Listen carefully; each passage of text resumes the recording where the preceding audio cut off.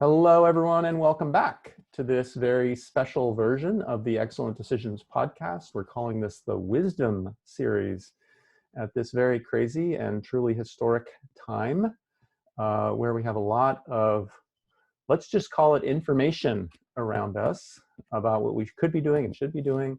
Classic examples of the kind of stress and pressure that we don't want to have be driving our decisions, but rather be making excellent decisions driven by our vision, our values, and our value. And I, for 2 weeks, have invited some truly amazing people from my life who have shared their wisdom with me for years with the intention of sharing their wisdom with you this week. And today I have my dear friend, Samantha Bennett, who has joined us from Southern California, and with a couple of very specific intentions in mind that we'll talk about during the conversation. Real quickly about Samantha. Sam is a writer, speaker, actor, teacher, creativity, productivity specialist. I should put my glasses on while I'm reading this. What do you think? Does that look better? And also a best-selling author. She is a former actor. We'll talk a little bit about that as well. And I'm thrilled to see at the end of your bio that you also make a heck of a roast chicken. Is that true? I do. How did I not know that about you? Have we not discussed the roast chicken? I don't think so. And last November I went vegan, so the window may have closed on my opportunity to have your roast chicken, or I might need to make an exception just to taste it. Well, congratulations. The secret is a lot of salt, very high heat. That's really the whole thing. That could be, talk about wisdom for lots of different areas of our life, right? Apply that. Yeah. So Sam is really a beautiful example. Again, when I kind of made my short list of people whose wisdom I really wanted to bring to this conversation, you clearly made the cut, and I'm thrilled you were willing to take the time to join us. And I wanted to start just by kind of asking you kind of the 30,000 foot question, like take a step back. Obviously, there's a lot going on in the world right now. Just kind of share with us your perspective about kind of what you're seeing, what you're experiencing right now. Yeah. Well, thanks so much for inviting me. I'm always happy to talk to you. And hi, everybody. Thanks for being here. Yeah, the 30,000 foot view. I mean, it's really, it's hard to say even in a snapshot thing, because it is such a fluid situation. There is so much uncertainty. There's so many unknowns. And, you know, the brain is a beautiful problem solving machine. You put in a nickel, you get out a gumball almost every time, unless there's too many unknowns and too many variables. Mm-hmm. At which point the gears really start to grind. So I fall back on a few larger precepts.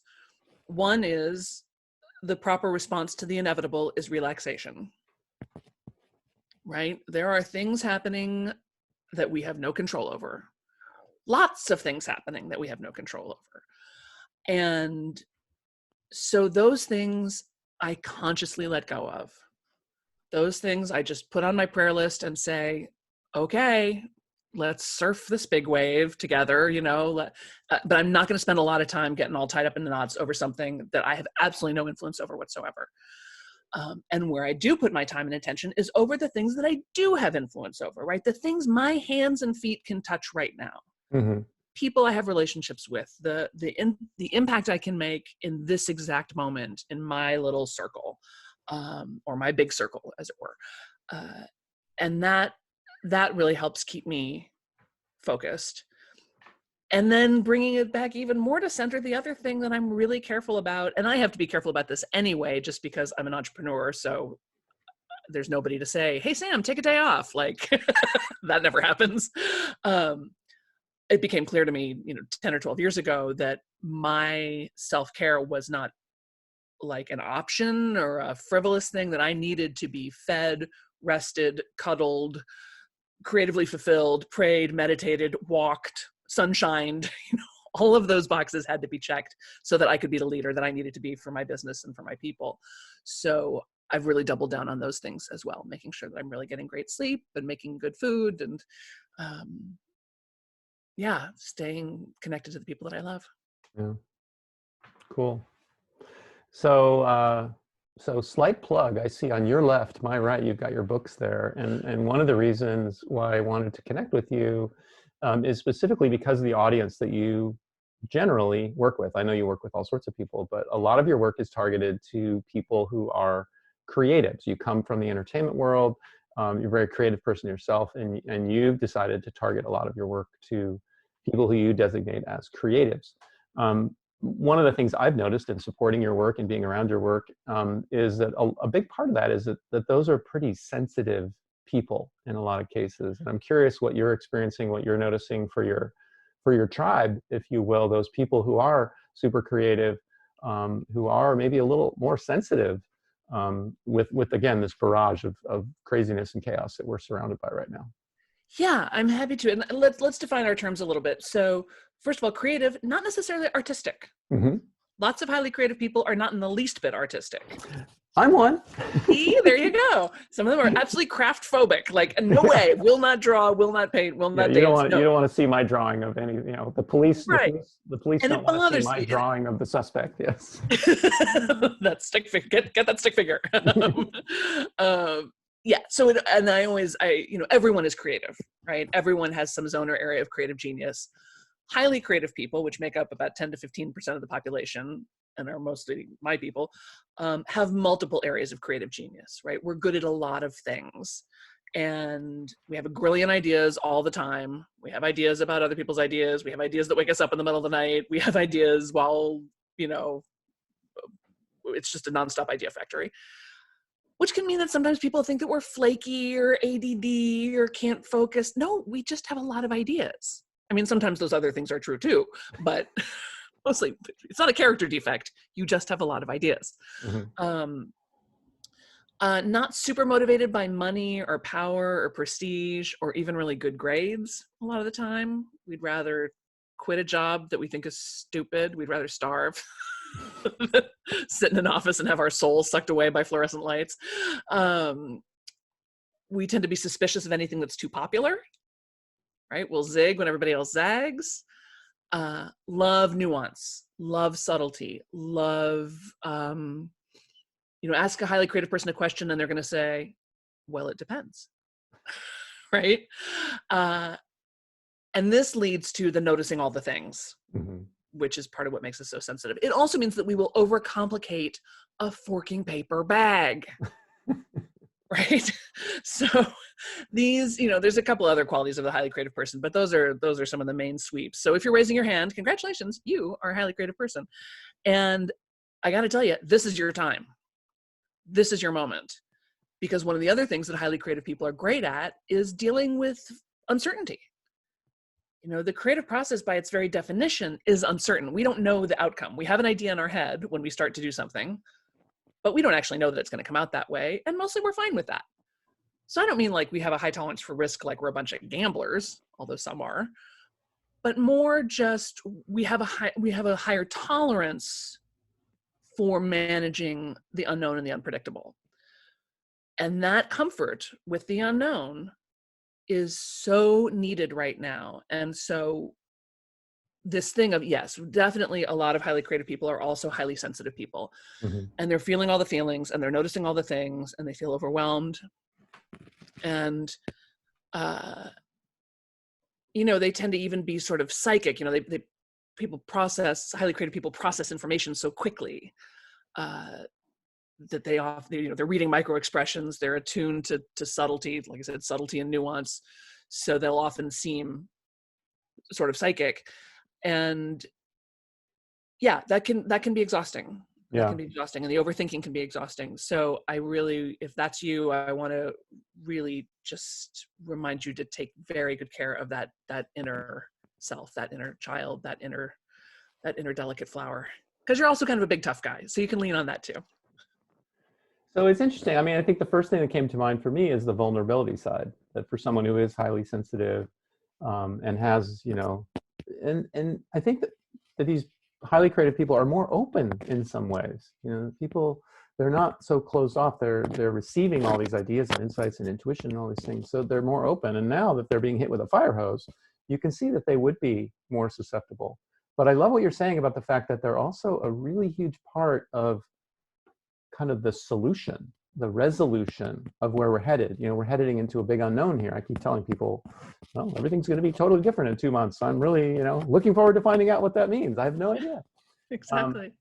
But I love your reminder that it's the highly creative people that are going to be a huge part of figuring that all out and coming up with the ideas and the insights and the ways of doing things differently that we need right now, desperately. Desperately.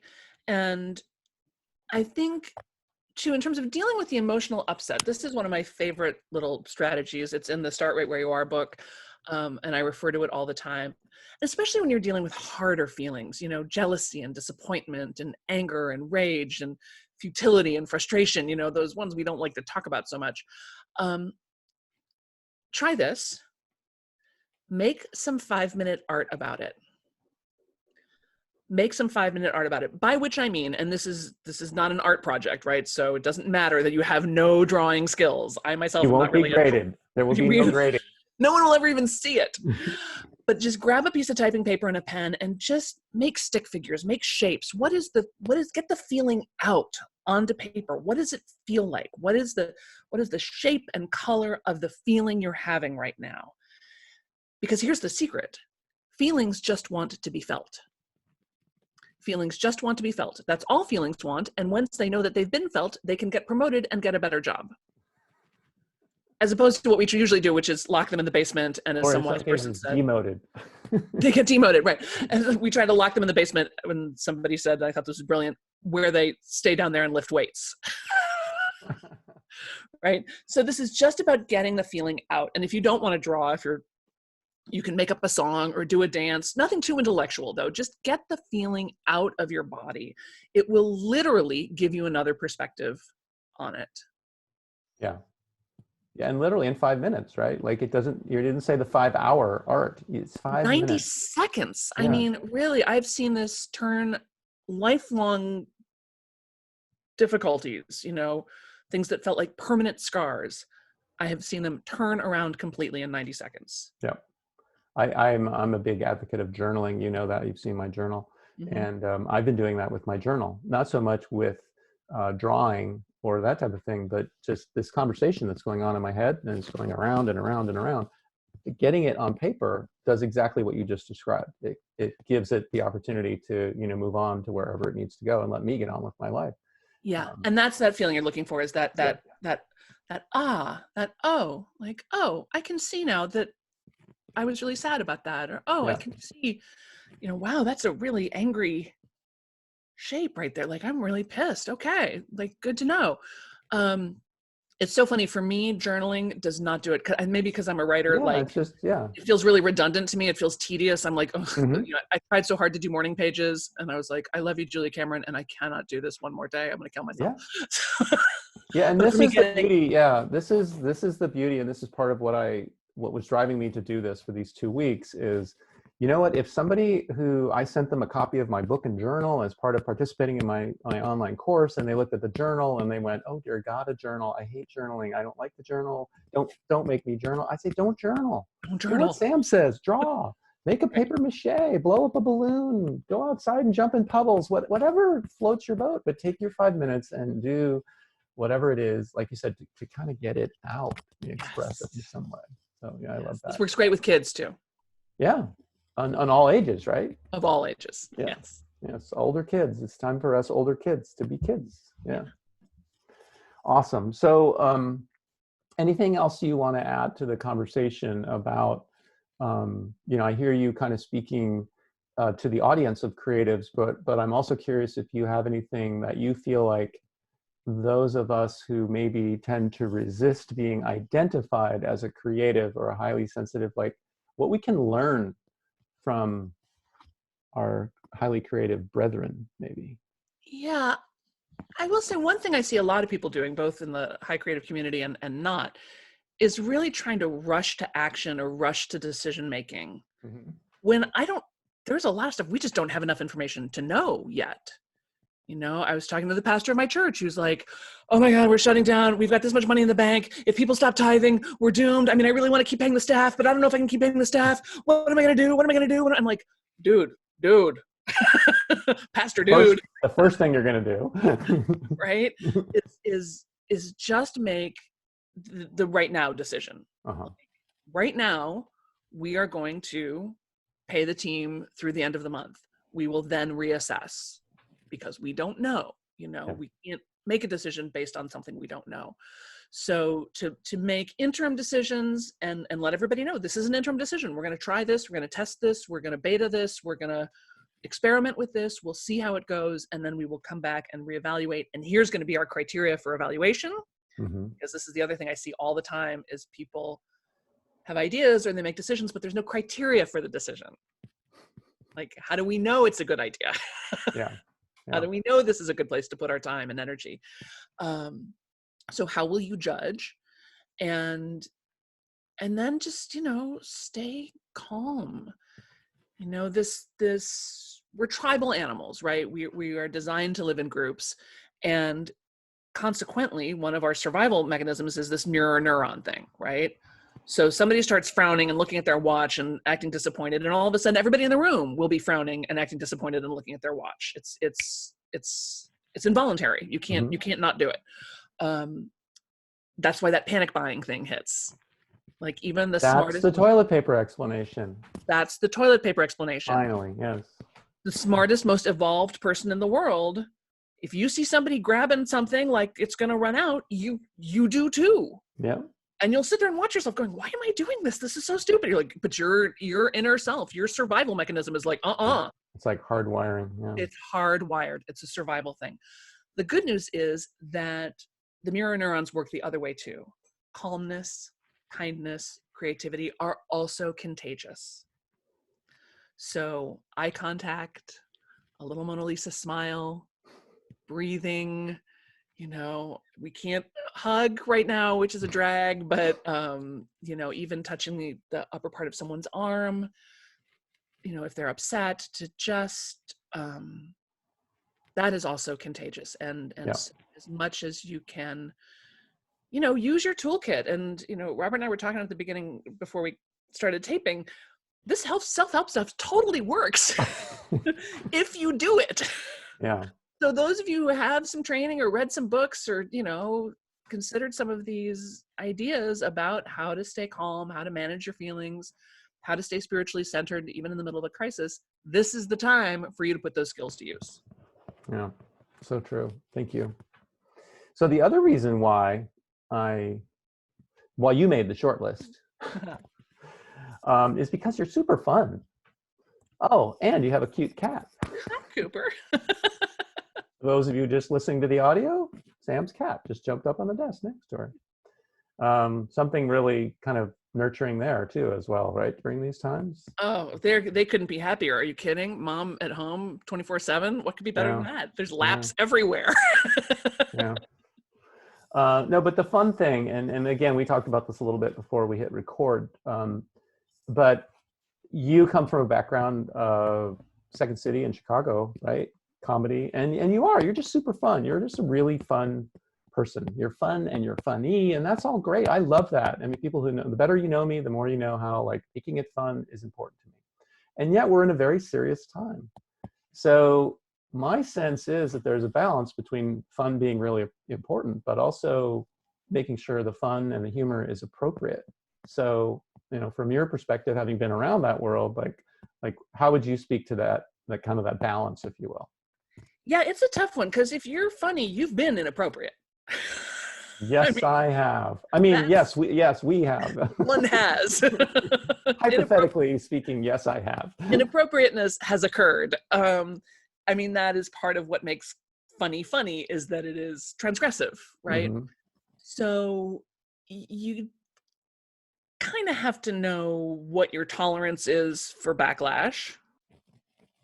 Some people just love to stir the pot. They don't care. They love to get out there on the far edges and push everybody's button and say the thing that will make everybody just clutch their pearls and faint to the floor. And we need those people. We need those people to show us where the boundaries are. Me, I tend to dial the comedy down a little bit in times like this. Because I don't want my big muddy boots stomping all over somebody else's garden. And especially in electronic communication, especially in emails, especially in posts, especially in texts, it is almost impossible to discern tone.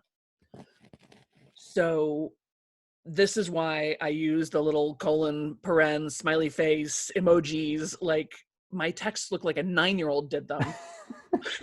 because it's so important to me to be like, okay, see you at 9, heart smiley, I have one of my best friends who will text back and forth, and I'll say, oh, want to meet for lunch? And he'll say, fine. And he'll just write back, fine. Now, if we weren't best friends, I would be like, is he mad? What's happening? Did I do something? Yeah. He hates me. He doesn't want to have lunch. What's going on? Now, nobody loves me. My mother was right. Oh my God. I've been rejected my whole life. Now, as it happens, I know that what he means is fine.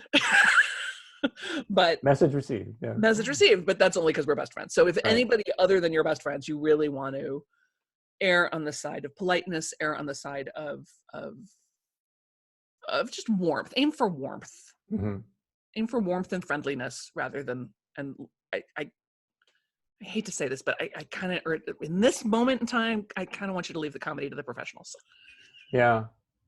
And at the same time, isn't like, and I totally agree with you, like with the electronic communication and posting on social media and things like that, where it's just kind of the shotgun approach and you really don't know where it's going to land or who it's going to hit or whatever. I totally agree with you.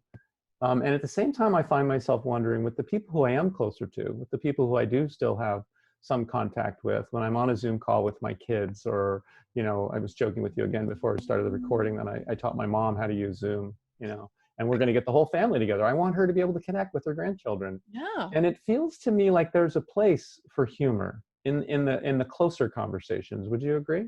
Oh, 100%. I mean, as much as we can, humor is an expression of a shared worldview, right? That's why we laugh, is because things are funny. And I always make it a rule. If you're going to be on my team, one of the first things I check for when interviewing team is, do you laugh at my jokes? And part of that's an ego thing, which I'm fine with. But it reflects a shared worldview, right? Mm-hmm. A shared value system. So we absolutely want to be laughing as much as we can. There's massive health benefits to laughing. Yep. And I think it's interesting to me what people's binge preferences are these days. As we all go like, well, I guess I got time to catch up on the TV. There's some people who are like, oh, I'm all into the true crime. And I'm like, ugh, oh God, no, I can't stand it. Like, I like shows where nothing bad happens. Like, I like shows where they redecorate and buy a new couch. That's the show I'm looking for. And certainly a lot of the comedies I think are doing, and the family shows are doing really well, because people are looking for something they can watch together as a family, but also looking for something that's warm and delightful and distracting and can remind us about what's best about us. So there's a place for it, but definitely a time to be discerning. Yeah. And I think one of the opportunities here, we were talking about this being, because anytime there's a lot of change, there is a massive amount of opportunity. And not in a creepy carpetbagger way, of course. Nobody wants to be that guy. Don't be that guy. But we're seeing all kinds of businesses, from massive enterprise businesses to little mom and pop stores, all of a sudden looking at their people and at their services and going, well, what can I offer? What can I give? How can I make this more human? How can I make this more accessible? How can I make this more calm, kind, creative? What can we do? How can we communicate in a way that says, hey, we're all in this together. We're doing the best we can. I just think it's really an amazing opportunity for people to show their heart. Yeah, it really is. And we talked a little bit again. We had quite a conversation before we hit record. I'm realizing as we keep saying this, but it's too bad. It's too bad y'all weren't there for it. It was really great. Yeah, it was really good. It was almost as good as this conversation that we're having now. But there are opportunities out there, and there are opportunities for us to really show who we really are, and show up and make a contribution and be part of making things better. Things are changing, and that's potentially a really good thing. A really difficult time in a lot of ways, but some good is going to come out of this. A lot of good is coming out of it. And what I'm seeing, and this is not meant to be a blanket statement, as yes, the preference is definitely not for global pandemic. The preference is definitely not for highly vulnerable people to be in jeopardy, either financially or health-wise. Of course, we want to prevent that, and do whatever we can to ameliorate that. But for the people who are not particularly vulnerable, who are, for the moment anyway, okay, financially, health-wise, there are definitely things that are breaking apart But what I'm noticing is they're mostly things that were broken already. Yeah. There were relationships that weren't working, jobs that weren't working, communication styles that weren't working, teaching styles that weren't working, like stuff that can be kind of plastered over when you're all in a room together, suddenly can't really be plastered over anymore. And that's for the good. We act like there's this myth in the world that I would do anything to change, that change is hard or change is stressful or we're not good at change. I completely disagree. The anticipation of change is terrible. Actual change, not that big a deal. We are highly adaptable people. That's a really great distinction.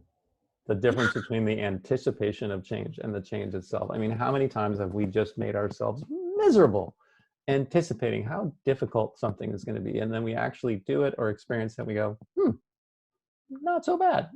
We forget even about it. I had a friend who was just tied himself in knots because he had to go back to Ohio and get his dad moved out of this house that he'd lived in for 75 years and get him into a facility. And he thought it was going to be horrible, horrible, horrible, horrible, horrible, horrible, horrible. Turned out it was actually kind of easy and fun.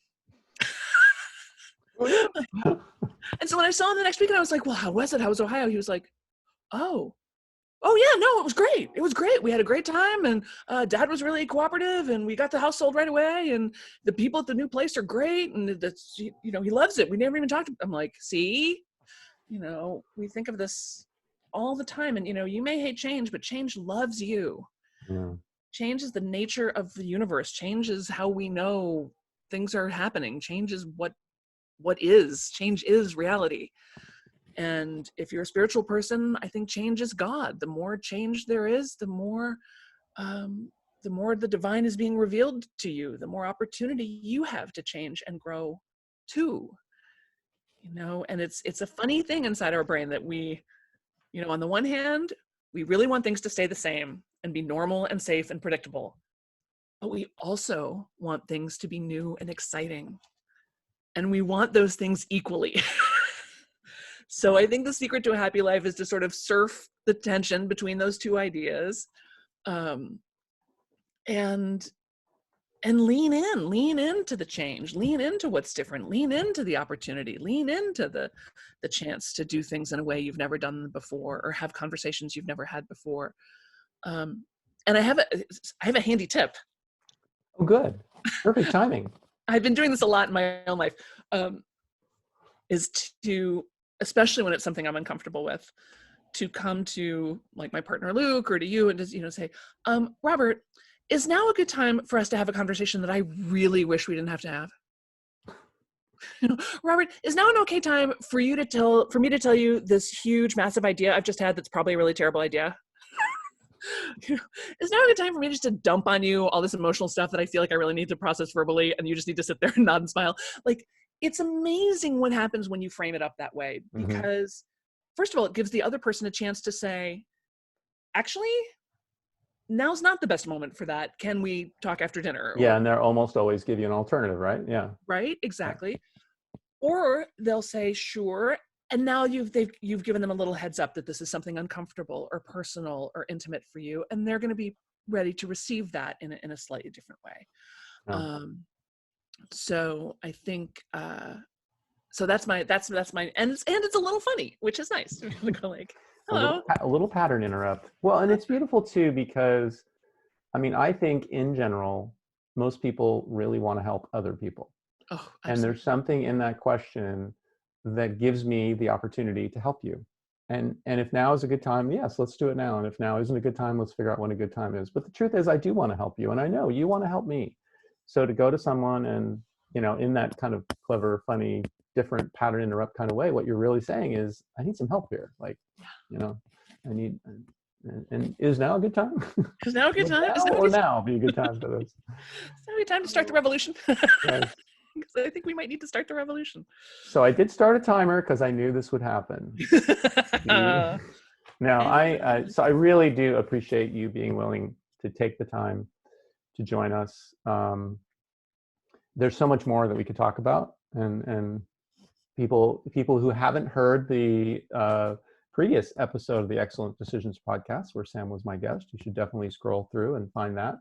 We had a chance to go into more depth on some of the work that she does, which is also really relevant. And I don't remember exactly how much depth we went into this, but Sam is also a really brilliant person, a lot of expertise in two separate areas that are so relevant right now. One being working at home and how to work efficiently and effectively at home, and two, working online, presenting yourself and selling online. Tremendous amount of expertise there, which would be a whole nother, hour-long podcast. So, but tell people, like, if they are curious to learn more about you and the work that you're doing, what's the best way for people to connect with you? Yeah, so go to therealsambennett.com. Okay. And opt in there. I think the opt-in right now is the highly creative person quiz. You can find your creativity quotient there. And that will also put you on my email list, which most people describe as a very pleasant experience. And I've won Yes, awards. I am on that list, and Sam's emails are very different than what you would expect. First of all, she doesn't bombard you. Second of all, even if you're not interested in this particular thing that she might be letting you know that she's doing, you will have fun reading her email. You will feel like entertained and engaged just by reading the email. So Thank you very much. my I'm very honored by very that. honest assessment of the emails I get from you. It's like, oh no, I don't have time to jump on that call, but man, I got to read this email. It's always fun. Thank you. Thank you. Yes, I love email. I think it's a very special way of communicating. And whenever people are like, email's dead, first of all, I'm like, oh yeah, for sure. You should go over there and do something else and leave email to those of us who know how to do it properly. Okay, so, and if you're driving, therealsambennett.com, and I'm the Real Sam Bennett on all the socials, so you can find me. Okay, perfect. Yeah, and if you're driving, don't write it down. It'll be in the description of the podcast. But thank you so much. Like, really, this is just a perfect example of my vision of what I wanted to create with this 2 weeks of putting something out every day to share the wisdom, to share the perspective of people that I've been so blessed to be connected with, and you're certainly one of those. So thank you so much for being willing to do this. I know there's so much value for the people who are listening. And for those of you who are listening, thank you for joining us. We are going to continue through Friday, April 3rd. We'll be doing one of these short episodes every day, and with the intention of helping support you during this difficult time, in particular to make more decisions, take more actions based on your vision, your values, your sense of your own value, rather than the stress and pressure, which has really been ramped up these days, with the intention of helping you achieve at a really high level and accomplish great things, but also be truly happy. We use the ancient Greek definition of happiness, the experience of joy while in pursuit of your potential. And my guest today is a living embodiment of that, the experience of joy while in pursuit of her potential. Thanks again, Sam. We'll talk soon. Thanks, Robert. Thanks, everybody. Take care. Bye-bye, everyone.